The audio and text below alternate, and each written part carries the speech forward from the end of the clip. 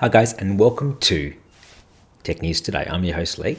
We are looking at the new features of iOS 14 and Mac OS Big Sur. Here we go.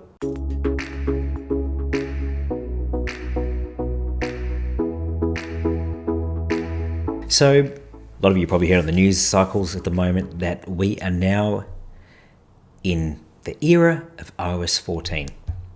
Now, WWDC opened overnight in the States, but really it isn't in the States because it's the cloud version of WWDC. Now, each year, Apple normally have a developer conference where they introduce the new version of the iOS operating systems or the Mac operating system. Now, it's changed a little bit since last year because of the fact that we're sitting at home, but Apple did a really, really good presentation and kind of showed what we're in for, which is there's some really, really cool stuff here. So I thought I'd hit on some of the stuff that I find interesting today. Kicking it off with iOS 14. So, wow. There's not a huge amount of stuff, but the stuff that they've got is pretty impressive. And you probably see it on my screen here. They are introducing widgets to iOS 14. Now, widgets, you've probably been familiar with Android having them for a long time, probably 5 years at least now. Essentially, it's a little tile of an app that can fit on your screen, on your home screen. Now, we've kind of had widgets but in the past. You'd slide over to the right or go to the left screen and you saw some widgets in there. Most people probably don't even know they're there, but they're definitely there and they're usable. Not that different than what Android is offering, to be honest. It's not something that developers really worry too much about because of the location of where they are, but now we've got them on the home screen. So Apple have shown us some examples of widgets that they've created to kind of whet the appetite. Now, they've introduced one called the Smart Stack, which basically adjusts the widget contents depending on the time of day.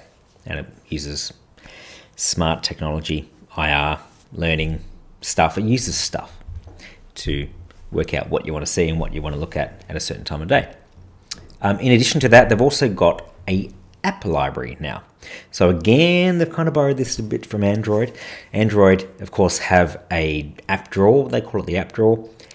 And you slide up, or depending on what version of what phone you're on, you might slide up, you might slide over to get to the app drawer. And then you can grab the apps that you want on the home screen and drag them to the home screen. Well, Apple's doing the same thing, just a slightly different version. If you scroll all the way to the right, you'll see the app library, and now it automatically categorizes them into folders for you, which is handy. And there's an app search at the top there that shows it in alphabetical order if you need to see it that way, so you can see all of your apps.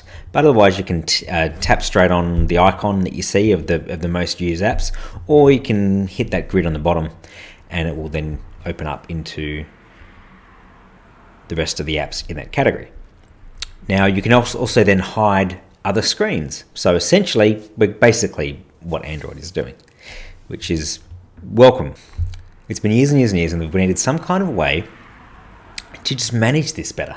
We're getting tons of apps on our phones and on our iPad. We just need a way to manage our app better. So that's very, very, really happy to have that. Compact calls. No more do we have a full screen saying that Simon Pickford's calling. We have a little drop down that pops up on phone and on iPad you can just dismiss it away or you can answer. It doesn't distract you from your full screen, which is really, really nice to see. And picture-in-picture. So we've had picture-in-picture on the iPad. Now we're getting it on the iPhone, so that's pretty cool. Again, the app needs to support it. As of this moment, YouTube doesn't. Doing YouTube. Messages have got a couple of little updates. You can now pin a particular message to the top, conversation to the top, so that sits at the top there of all your messages. You have group photos, so you can, if you're in a group chat, you can designate a particular emoji or a photo that represents the group that you're talking to. Mentions is a good one. So if you're in a group chat, I can mention Lee, and then it will actually notify me that someone mentioned my name in there. You can also mute these as well, which we've been able to do already.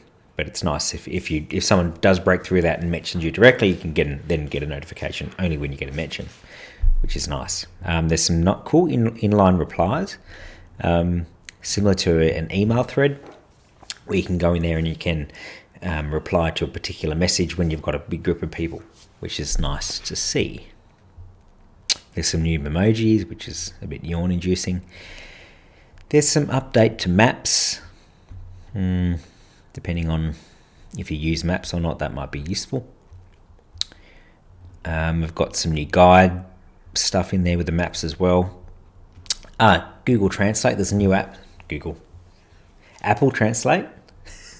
Whoops. There's a new app called Translate, which basically does what Google Translate does. So it can convert English to Spanish, English to French, German, Italian, whatever you'd like to convert, and it does it all on device. It doesn't send any of that information up to the cloud. Not sure how well that works. The Google ones are really, really, really good. So we'll just see how they can compare. But either way, good idea. We've got some favorite things which don't really need to worry about. Siri. Okay, Siri no longer, again, just like the phone app, doesn't take up the full page or the full screen. When you activate Siri, it will just pop up with a little circle here, which again is really good. And then whatever you do, if you've added something to the list, it will just pop up in the list at the top. It'll show you the weather at just in a little card at the top. So they've refined Siri. I believe it does supposedly work better for more information. It gives you more information now than it did last year, but that remains to be seen. 20 times more facts than 3 years ago. Good on you, Siri.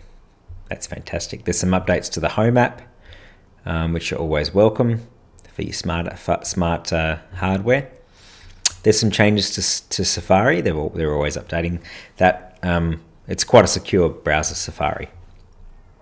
And they're giving this thing called Privacy Report, which tells you across a particular website what tracking software they're using. That's really good. It's really, really well done. It lets you know if you're using a password that isn't secure. So Google Chrome's done this for a while now. AirPods.